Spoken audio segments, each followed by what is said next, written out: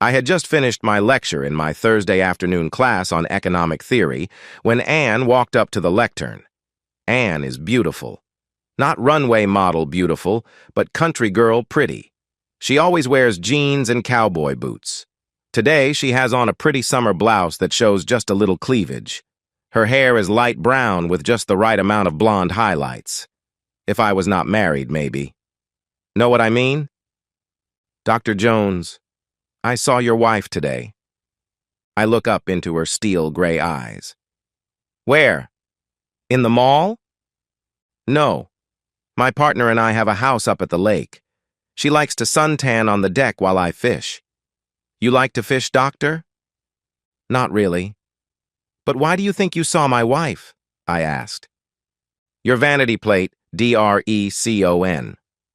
I had taken Sue's car in this morning to be serviced. She was in my car. Your wife has short blonde hair, right? Yes. So where did you see her? I asked. She pulled up just as I was leaving this morning. She parked in the drive next door and went into the house. Does she fish? No. And do you know who owns that property? I asked. Of course. Tyrone Williams, the football player. You guys friends? No. He was a patient of my wife's a couple of months ago. She's a nurse. He was on her floor. I imagine Anne saw the distress on my face. As she walked towards the door, she stopped and said, Doctor, you be careful. Tyrone is about 6'3" tall and weighs maybe 235. He plays middle linebacker on the local pro team, and this guy is mean. He was thrown out of 2 games last season for unnecessary roughness. I derived 2 things from that short conversation. First, Anne is a lesbian. I would have never guessed. Partner, she likes to suntan. No big deal. To each his own, I guess. The other thing is that my wife of 6 years is cheating again. Now I need to explain before you think I am one of those characters in some internet story who likes to watch or lets his cheating wife run around while he sits at home with the kids. I am nothing like that. I met Sue the year she graduated from nursing school. I had just received my PhD in economics. Her dad was a big-time heart transplant surgeon and had made lots of money over the years. Sue had told him I was a doctor. When he found out that I was not a medical doctor, he was angry. He demanded I sign a prenup. He was thinking I was after his money. Both Sue and I signed. I stuck our copy in a drawer where it stayed for the next couple of years. Sue got pregnant and had our baby girl during our first year of marriage. No problems. Dr. Hart, his vanity plate, helped us buy a nice house and everything was going as we had planned. Then, when Sue stopped breastfeeding, her pretty 34B breasts pointed to the floor. She worked a deal out with a plastic surgeon at the hospital and had a breast job. I did ask about the costs. She told me not to worry, she had worked out a deal with the doctor. I asked what kind of deal. Just something between medical professionals, was all I got for an answer. About a week after her breast job, I had to drive her to the hospital for her first post-op exam. When the nurse called her name, I got up to go with her. The nurse stopped me and said only Sue was allowed back with the doctor. Then Sue and she exchanged a smile. What the hell was that about? Okay. I sat down and waited. It seemed like it took a long time. When Sue finally came out, she was grinning, and this doctor was also grinning. When he saw me, he had this funny look on his face, like he knew something I didn't. In the car, I noticed that Sue had used a mouthwash. I asked about that. When he took off the bra and the bandages, he squeezed my breasts really hard. It surprised me and it hurt. I threw up in his sink from the pain.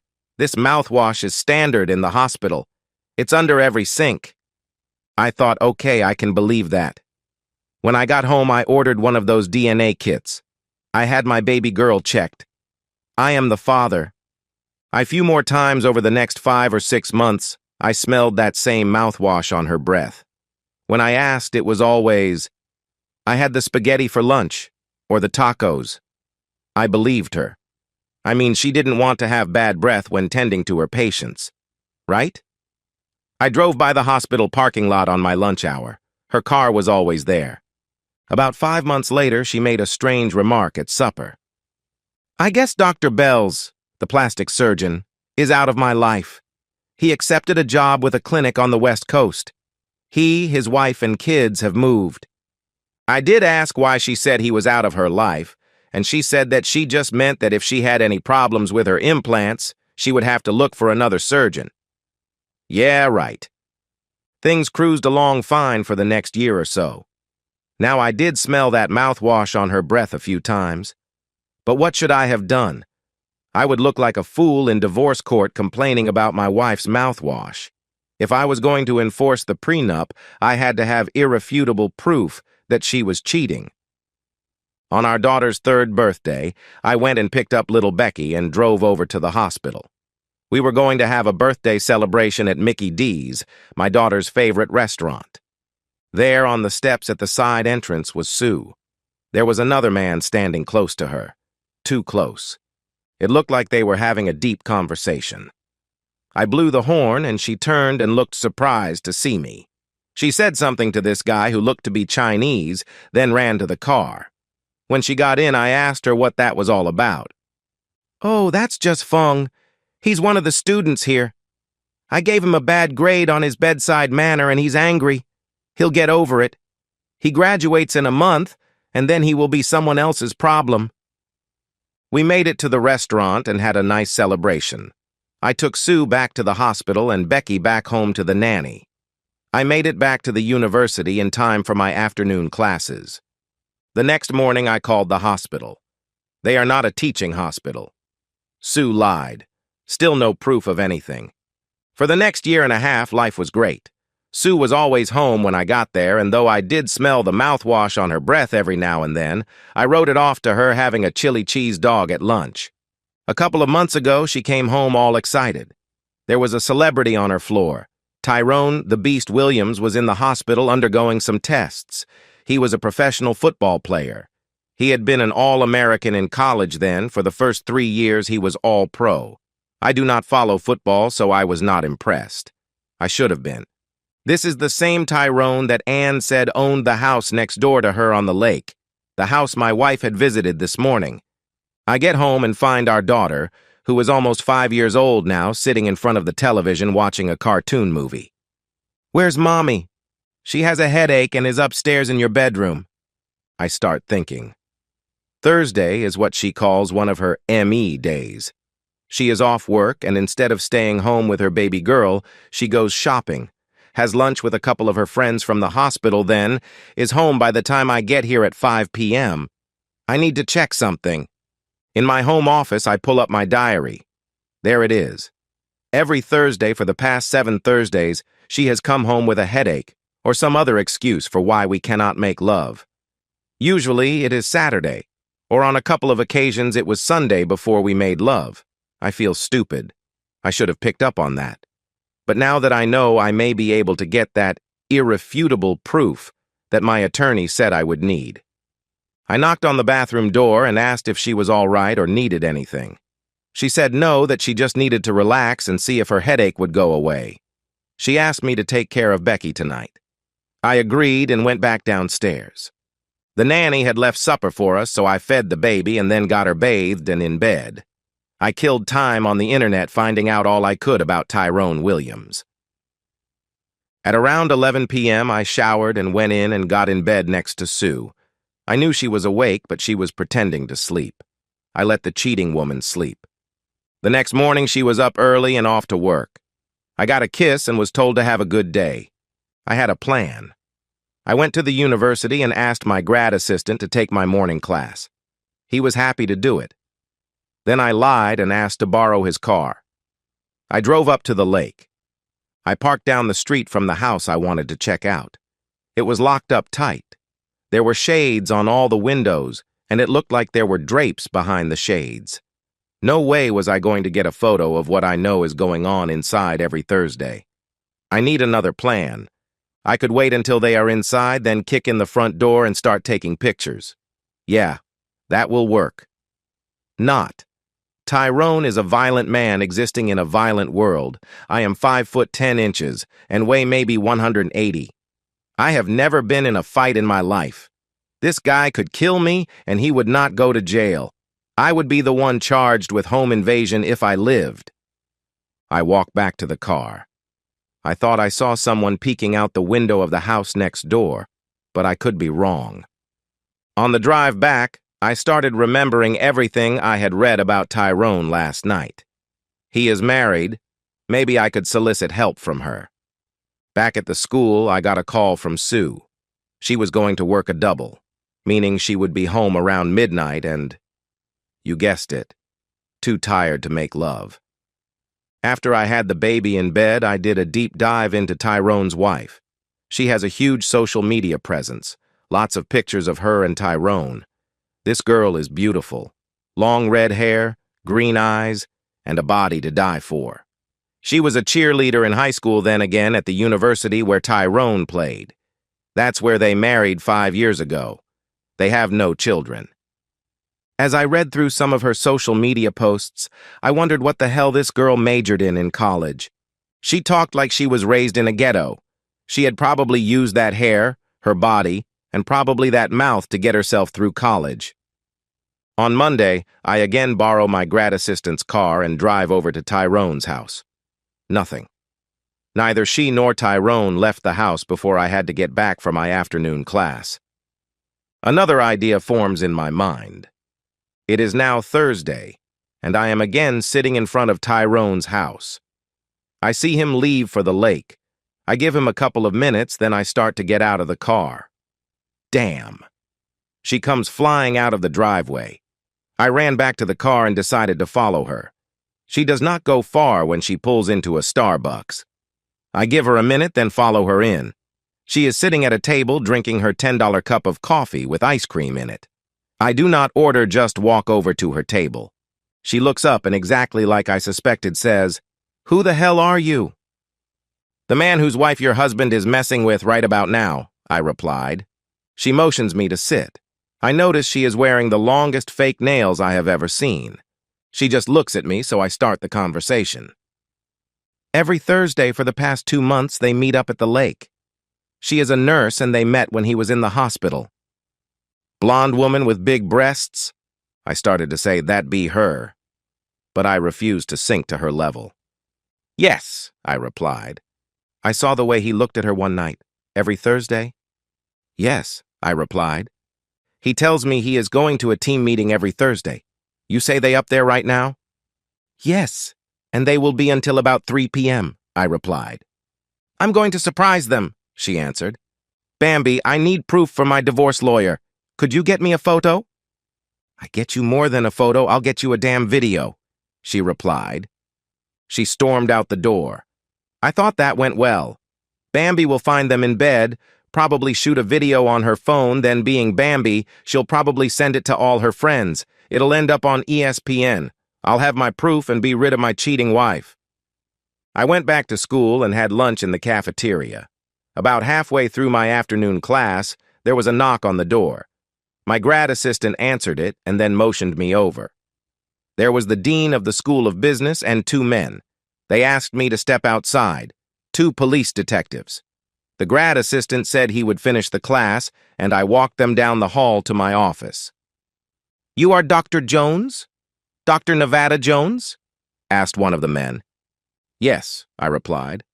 "I'm Sergeant Detective Joe Friday. This is my partner, Henry Morgan." "What kind of name is Nevada? Were you born out west?" I asked. "No, and I use the English pronunciation, Nevada. I was born during a snowstorm." Detective Morgan nodded his head. He had no clue. We entered my office, and I offered them a seat. Joe Friday spoke up. "Sorry, Dr. Jones, there is no easy way to say this. Your wife was murdered this morning." "Oh my God, has there been another mall shooting?" "Why would you think that?" they asked. "It's her day off. Her ME day, as she calls it. She told me she was going to the mall, and after shopping, she would have lunch with her friends from the hospital." "She was not at the mall. She was at a house up at the lake. We think she was involved with Tyrone Williams. Do you know him?" they asked. "He was a patient at the hospital where Sue works a couple of months back. I never met him." "His wife caught them in bed together. She killed them both." "What? How?" I asked. Shotgun blast to your wife's face damn near blew her head completely off. Friday looks at his partner. But why? I asked. Again, Morgan speaks up. I imagine it had something to do with the size of his tool. I've seen horses that did not have that big. Henry, wait in the hall. Detective Morgan starts for the door and then turns as if he forgot to say something. Sorry for your loss. I just nod as he leaves. I'm sorry about that. He's new.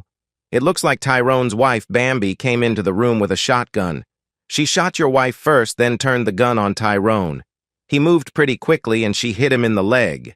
He made it to his .45 pistol he always carried. He has a concealed carry permit and managed to get 2 shots off before she could reload that double barrel. She died instantly. Tyrone lived long enough to call 911, but he died from loss of blood before the ambulance could get there. You had no idea about the affair? None at all, I replied. Okay, stick to that story. He then hands me his card. On the back is the number to the morgue. There will be an autopsy, but the body should be available by Monday. I am sorry about all this, but sometimes good things come out of bad things. He turns and walks out the door. Anne rushes in and locks the door behind her. Get that smile off your face. Uncle Joe knows the truth and that you just lied. He found a receipt from Starbucks in her car and he checked the cameras. He saw you talking to Bambi this morning, but don't worry about him. The same thing happened to him some years ago with his first wife. Now you have to play the grieving husband who just lost his wife. You need to get home and take care of your daughter. Give me that card with the morgue's number. I handle getting her body to a funeral home. Cremation okay with you? I nod. Yes. Go into your bathroom and throw some water on your face. Don't dry it off. You need to look upset. I handed her the card and went into the bathroom. As I stared at my wet face in the mirror, I did start to cry. I did not want Sue dead. She is Becky's mother. I just wanted a divorce from her cheating back. What is going to happen now? I lied to the police. Then it hit me. Uncle Joe? I rushed back into my office. Uncle Joe? I asked. My mother's brother. My dad was his partner until he retired last year. Don't worry about him. I'll talk to him. He will understand. I grab my briefcase and walk out into the hall. Before I can get out into the parking lot, a couple of my bosses come up and offer their condolences. I thank them, then drive home. There is no easy way to tell a child their mother has been killed. Under these circumstances, I decided to tell her that a very bad person killed her mother. Nothing more. She cried, and I held her. I cried also. Not for Sue, for Becky. I hated to see her so upset. I finally got her to sleep. Then I took a shower and lay down to try and figure this all out. Anne had taken charge of the situation, and I had let her. Why? I guess I was too upset and not thinking straight. Sometime after midnight, Becky came into my room and got in bed with me. I held her as she cried herself to sleep. The next morning, I was up early and in the kitchen making pancakes, Becky's favorite breakfast, when the doorbell rang. There was Anne and this beautiful girl, her partner, I imagine, standing there. Looking past them, I see Sue's car in the driveway. Uncle Joe gave me the keys, so I thought we would drive down this morning and bring it to you. How is Becky? About as well as can be expected, I say, as they walk past me into the house. I smell pancakes, shouted the partner, and this must be Becky. This girl squats down and introduces herself. My name is Donna, that lady over there is Anne. We are friends of your daddy. Becky starts to tear up. Somebody killed my mama, Becky answered. Now she is crying. This Donna stands up and then picks Becky up in her arms. I know, baby, I know. She carries her down the hall, patting her on her back and whispering into her ear. Donna is good with kids. She'll take care of her. Let's finish those pancakes. We did not eat breakfast this morning and I'm starved, Anne said. As I worked the grill, Anne set the table and told me how Uncle Joe had already closed the case. She said he advised me not to talk to the press, and if anyone asked, I was to stick to my story of not knowing anything about the affair. Donna and Becky came back into the kitchen. Donna had changed Becky out of her pajamas and into a cute outfit. As Becky ate her pancakes, she explained how Donna and she were going to look through all the pictures of her mama and pick out the ones for her funeral. I looked at Donna. She winked at me. Then we are going shopping for a new dress for the funeral. I have to look pretty for Mama. Again a wink. I told you she is good with kids. That's what we did. For the next couple of hours, Donna and Becky looked through every photo we had of Sue. They selected one that was just a headshot of Sue. She told Becky they would get that one enlarged and sit by the urn with her mama's ashes. Then they selected 5 more that would be framed and set on the table. They were of happier times. One was when Becky was born, another was of all 3 of us on vacation at the beach. Then there was one with just Sue and Becky. That one was Becky's favorite. By the time they had finished going through all the photos, it was lunchtime. Becky suggested Mickey D's, and we all thought that an excellent idea. The restaurant had a playground, and while Donna and Becky played on the swing set, Ann and I watched out the window. Donna would make a great mother for Becky. Without thinking, I said, yes, she would. Then I looked at Ann. I started to apologize. I didn't mean... She took my hand. I don't mind sharing. I guess by now you can figure out how this story ends. Ann took care of the funeral arrangements and Sue was cremated. At the funeral, I gave her ashes to her father, Dr. Hart. I also reminded him that Becky was his only granddaughter and that he could see her whenever he wanted. It was not his fault his daughter was a lying, cheating woman, and it had taken me 4 years to finally catch her. Donna was a good mother, not only to Becky, but to our 2 kids also. Ann? Well, Ann stayed for almost 3 years. Then she moved on. She still visits every now and then. Our kids all her Aunt Ann. Donna and her take long lunches sometimes. I don't mind sharing, but only with Ann. And that's the end of today's story. If you enjoyed it, please give this video a thumbs up and drop a comment below. Your support helps the algorithm push my content further. If you're new to the channel, don't forget to hit that subscribe button. It really helps me keep creating more stories for you. Thanks for watching, and I'll see you in the next one.